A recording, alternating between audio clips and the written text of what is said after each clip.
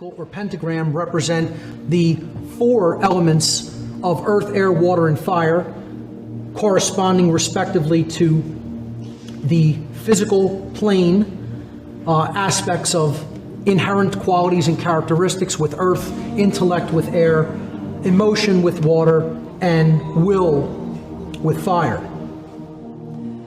And then they're ruled over ultimately by the spirit or the quintessence or the fifth element, which represents spirit. And in its proper position, this point would be placed upward over the other four, and it ultimately governs them and is acting as a balance point between them, through which we really need to identify and find balance so that we're not lost and owned by the material world senses.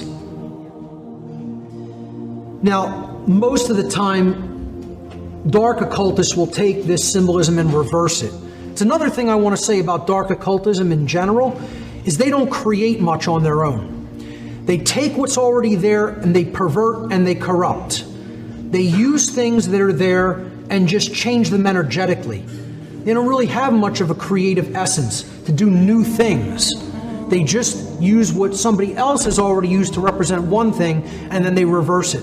So you'll see this used in control institutions and in dark occult orders. The pentagonal symbolism reversed. Here you see it in the Victoria Police's logo. They're not upholding your rights, folks. They're upholding the divine right to rule of the crown. You know, that's why the crown sits atop the inverted pentagram. The spiritual point is thrust downward into the ground. Of course, you have the pentagonal symbolism at the pentagram building, the center of intelligence in the United States, and that exactly correlates to the middle of an inverted pentagram.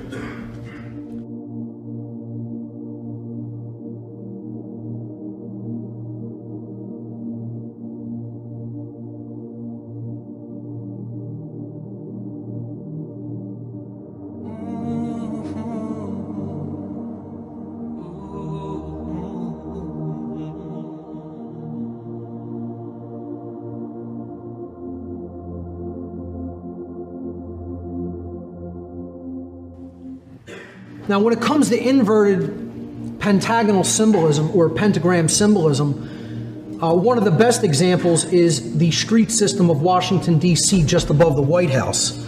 And again, people will debate this and insist there's nothing to this, and because of a specific reason, which I'll get to in a moment. But this is the White House from a Google Maps image, seen from overhead. And you are, I believe, looking due north is in the upward direction.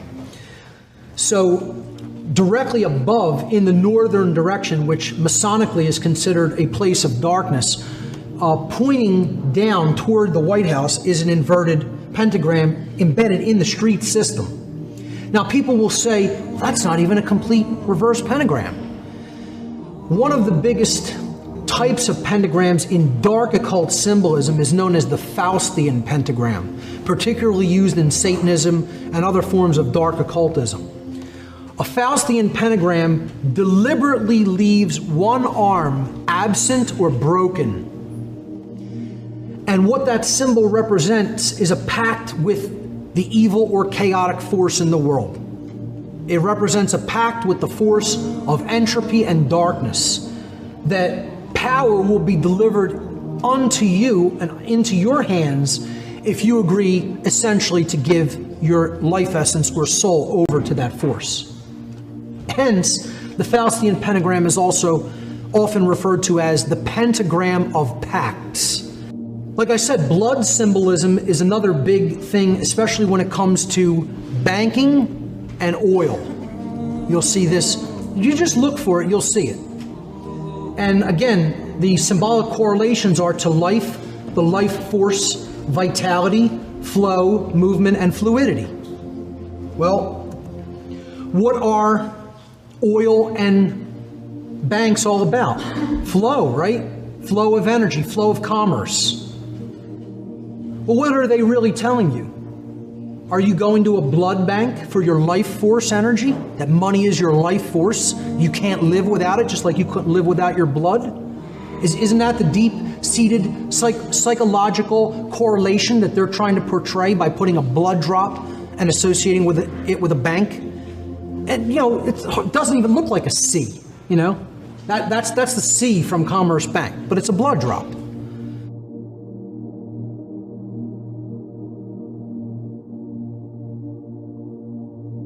Let me just say it just openly right out in a way that is completely unambiguous.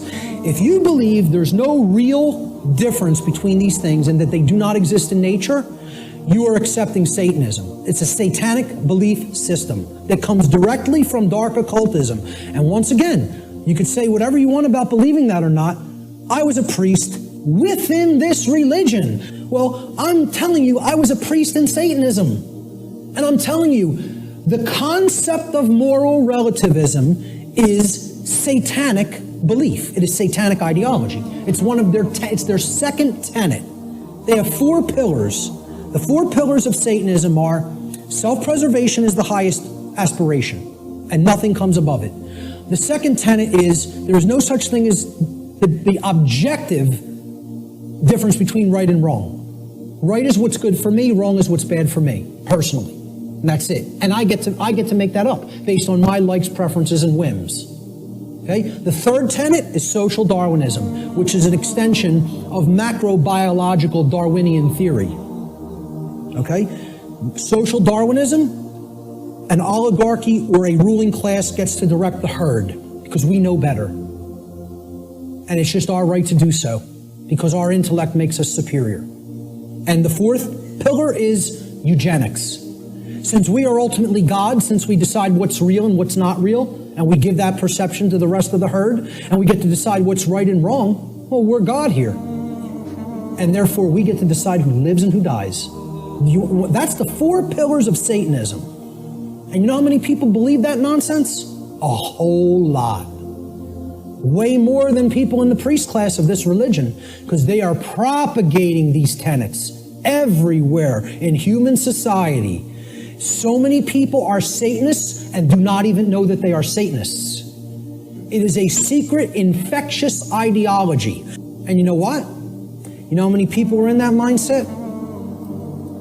Hundreds of millions, if not billions, and don't even understand what it is. Because they think Satanism is something that it is not. They don't understand what the ideology of Satanism is. They think you have to be associated with the trappings of Satanism, okay? That you have to dress as if there's such a thing as dressing like a Satanist. Or you have to have certain things on your walls in your house or in your garage if you're a Satanist. Well, let me tell you something. Satanists are the owners of banks. They own hospitals. They own schools. But these things are real, and Jadoo, whatever you want to call it, it's real. In the last few years, it's become much clearer to me how much this is actually a force working in the world. And it makes much more sense to me now why there are so many hadiths and so many protective du'as against this stuff. You know, this is evil. And also, you know, the influences of the demons. The Prophet ﷺ, or that they should become present. You know, so the demonic realm is real. And there are people, unfortunately, that are actively involved in attempting to bring that realm into this realm. And this is where it gets very strange.